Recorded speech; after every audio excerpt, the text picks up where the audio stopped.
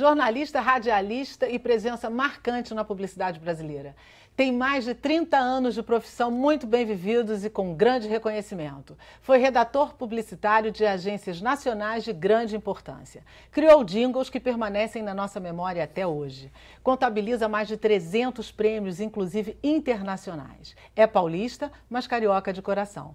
Com muito prazer e alegria, eu recebo no programa de hoje Lula Vieira. Lula, que bom te rever. Prazer é meu. Muito bom a gente estar aqui para conversar mais um pouco, não é? Uhum. São 30 anos, né, 30. Lula? Não, mais de 30. É mais, eu acho que são 50. Já? 50, então eu errei muito. Errou bastante. Porque é quase o dobro, né? É quase o dobro. Quase o dobro. É de uma quase o dobro. história que começou em São Paulo e por acaso. E você declarou uma vez que você era um menino muito tímido quando era criança, que você ficou extrovertido por obrigação, porque você era ruim de bola, de dança, gordinho e pobre. É verdade, tudo isso? É verdade. É verdade. E mentiroso também, porque na realidade eu menti minha idade para poder entrar na última hora como rádio escuta. E mentiroso e preguiçoso, as duas coisas. E o que deu certo comigo como, vamos dizer, jornalista foi porque rádio escuta é aquele cidadão que grava os noticiários e degrava, ou seja, escreve, ou na época se escrevia, para as redações saberem o que estava acontecendo via rádio.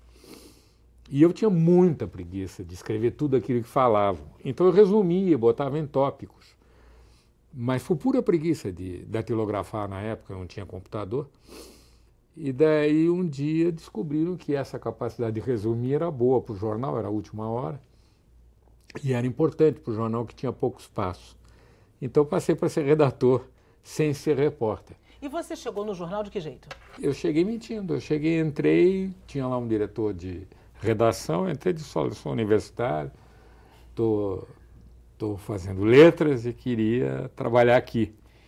Daí foi engraçado, porque ele disse, então senta naquela máquina e escreve por que você quer ser jornalista. Eu tinha 17 anos. Eu fui e saí, entreguei 4 laudas datilografadas para ele. Ele olhou e disse, olha, eu nunca vi tanta besteira na minha vida. Jogou no lixo e disse, mas você datilografa bem. Você vai ser rádio escuta. Nós estamos precisando de um rádio escuta. Eu não sabia o que era rádio escuta, mas era um jeito de começar. Daí descobri que era gravar os programas de rádio, de noticiário, evidentemente, e mandar para as redações, para as diversas editorias, polícia e tal, o que saía no rádio.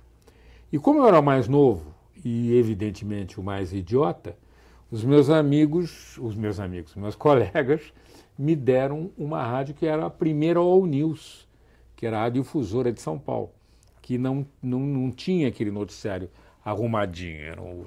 Os repórteres estavam na rua falando, feito uns loucos. E meu antecessor escrevia tudo aquilo, e eu comecei a resumir. Então o cara falava 2 horas, eu botava 4 linhas, está dando problema não sendo da cidade e tal, e mandava. O que acaba sendo, de uma certa forma, a redação publicitária que você veio fazer tempos depois. Né? Mas daí começou a propaganda, aí foi uma época que nunca mais vai se repetir. Eu já como redator, eu ganhava, me lembro que era 56 alguma coisa. E daí um amigo meu, uma pessoa que eu conhecia, era dono de uma agência de propaganda, e disse, olha, eu tenho um lugar para um cara, um aprendiz, e eu pago uma ajuda de custo. Você conhece alguém? Eu disse, não, tudo bem, eu vou recomendar. Eu vou procurar para você, eu conheço muita gente. Quanto você está pagando? Ele disse, não, esquece, é uma ajuda de custo, uma bobagem. Eu disse, tá, mas quanto é só para eu falar, né? Isso é 100. Era o dobro do que eu ganhava e achava muito.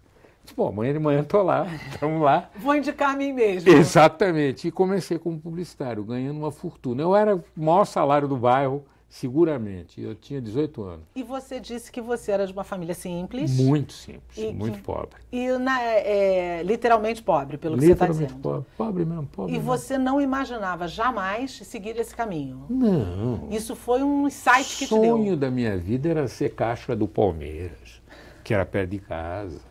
Eu achava que eu tinha um amigo que era. Ele era caixa, ele cuidava lá dos papéis, era subcontador. Eu achava um charme, porque ele tinha o uniformezinho do Palmeiras. Quero uma camisa com botão, mas com o distintivo. Eu era santista, mas achava um charme o trabalho de uniforme. Você disse que era tímido, entrou num meio que tinha que ter alguma expertise. Como é que você se virou?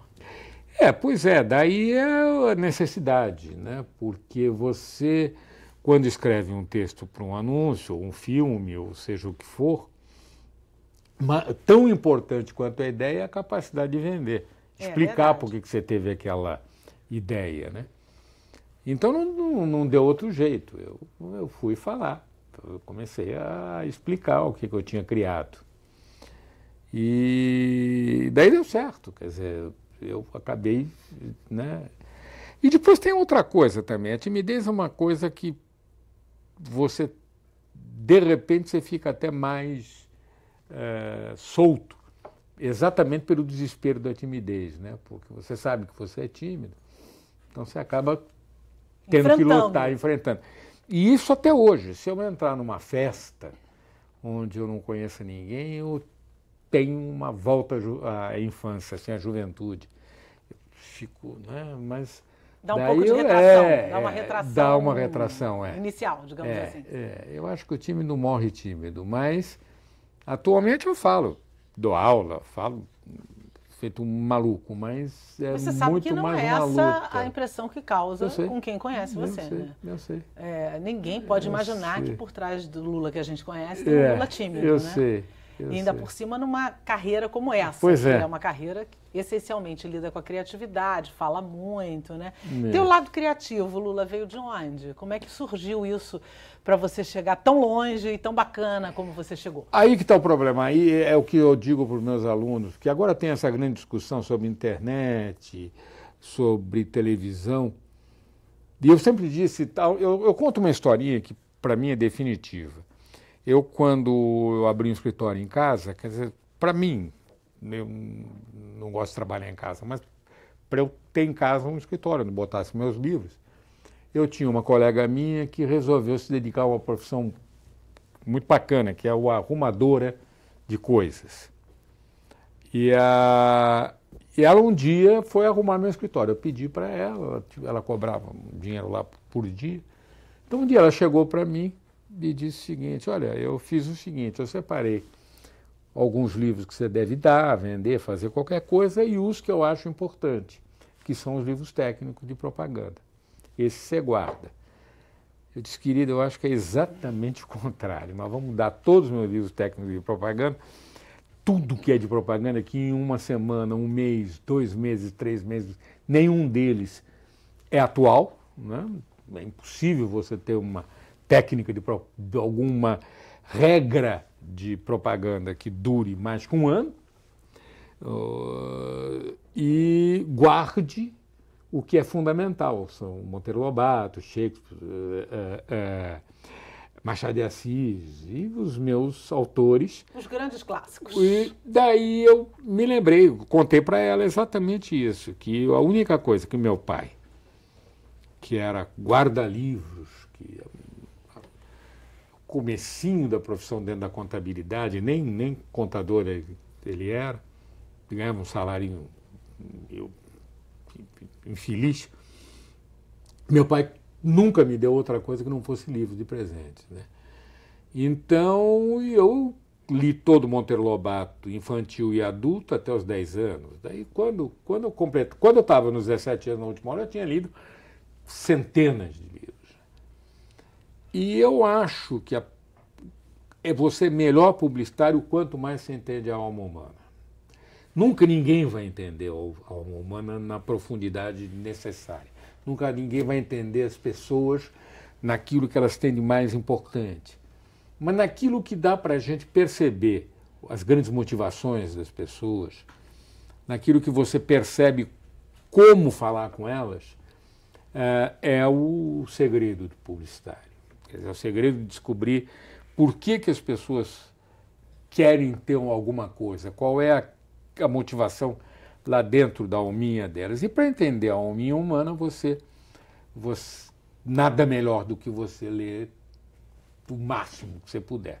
Então, essa literatura toda que você trouxe te ajudou na hora de concretizar, de dar forma a uma propaganda, por exemplo. Foi. Quer dizer, então eu comecei a perceber que eu sabia pensar como o outro, né? Eu sabia me colocar no lugar do consumidor, ou do comprador, ou do freguês, se você preferir, e sabia entendê-lo. E como eu mais ou menos, por tanta leitura, consegui escrever razoavelmente bem, eu consegui ser um publicitário, né? E como na época tinha pouco publicitário, e a profissão teve um aumento, uma importância muito grande no Brasil, se começou as agências começaram a pagar salários realmente fabulosos. Hoje acabou tudo isso. Eu acho que com 22 anos eu ganhava, que eu me lembro, era um Volkswagen por mês, o valor de um Volkswagen por mês. Era um salário de responsa. Era um salário de responsa. E daí, que mesmo quem não tivesse tanto talento buscava ter, não é, Lula? Exatamente. Ia fazer por onde? Essa época mais ou menos de 67, você começou por aí em São Paulo, depois você veio para o Rio, né? Qual é a diferença principal que você via da propaganda que se fazia naquele momento para que se faz hoje, se o objetivo de ambas é o mesmo, é vender? É porque é muito diferente a relação de consumo. É muito diferente. Naquela época, os produtos tinham diferenças intrínsecas, quer dizer, eles tinham diferença de performance. Uma geladeira era diferente da outra, um produto era diferente do outro. Ele tinha valores internos, quer dizer, ele tinha construção, design, que faziam eles serem diferentes. Então, naquele tempo, você dizia dessas diferenças, quer dizer, você tinha o Olivetti, que já era mais leve, mais portátil. Você tinha a televisão que tinha um sistema automático de sintonia fina. Você tinha a geladeira que tinha o degelo automático. E essas coisas diferenciavam os produtos. Com a democratização dos meios de produção, os produtos foram ficando cada vez mais iguais. Quer dizer, eles perderam, dentro das suas faixas de preço, todos os carros são iguais. Dentro de suas faixas de preço. Sim. Estou falando. Mas eles têm pequenas diferenças, todas as geladeiras, todas as televisões, até porque cada vez mais as grandes empresas fazem e as marcas são colocadas numa única, no quase o mesmo produto, com pequenas diferenças. Então daí a coisa mudou. E aí mudou para você vender também essa ideia. Pois é, hoje você vende a tribo, você vende a turma, você vende a relação com a marca, você vende, o que uma palavra está na moda, a experiência da relação com a marca. Isso no terreno psicológico da compra. Quer dizer, você quando compra uma roupa hoje, você compra para se mostrar, ou seja, o seu retrato, a sua carteira de identidade, aquela moda, aquela maneira de vestir e assim por diante. E você tem as marcas que você confia, que você gosta, que você tem um sentimento de pertencer a elas. Isso no ponto do produto. Agora, no ponto da mídia, mudou tudo. Eu, quando comecei, televisão estava no auge, estava começando. Eu comecei com os filmes preto e branco, eu comecei com os filmes feitos em 35mm, reduzidos para 16, para passar nos telecines, não era nem videotape. Hoje comecei a fazer em videotape. Então, a televisão dominava. Quer dizer, à noite, você ia andando pela rua ouvindo. Você não perdia o som da televisão ao longo da rua. E você sabia que era ali que você mais iria vender o seu produto, provavelmente. Pois é, você ter uma ideia... e tinha um jornal também, né? Pra você ter uma ideia, só uma ideia. São Paulo tinha 3 canais de televisão, né? Chegou a ter 4 no máximo, era mal. Então você tinha TV Excelsior, TV Tupi, TV Record e depois a TV Paulista, que virou o Globo. E hoje a gente tem um universo... Tem 300, 400 canais de televisão. E se você quiser ter mais de uma operadora, você Exatamente. Para a cabeça de vocês deve ser uma loucura. E tem a internet. Ainda tem a internet. E tem uma outra coisa, queria voltar um pouquinho na sua história. Você foi o cara que começou a botar propaganda ao lado do noticiário, porque você fez isso com o Jornal Nacional, quando começou. Que deve ter sido uma coisa, além de ousada, inusitada. Eu queria que você contasse essa história pra gente, mas no próximo bloco, porque agora eu preciso fazer um rápido intervalo. Não sai daí não, que é bem rápido, e eu volto com mais Lula Vieira para você.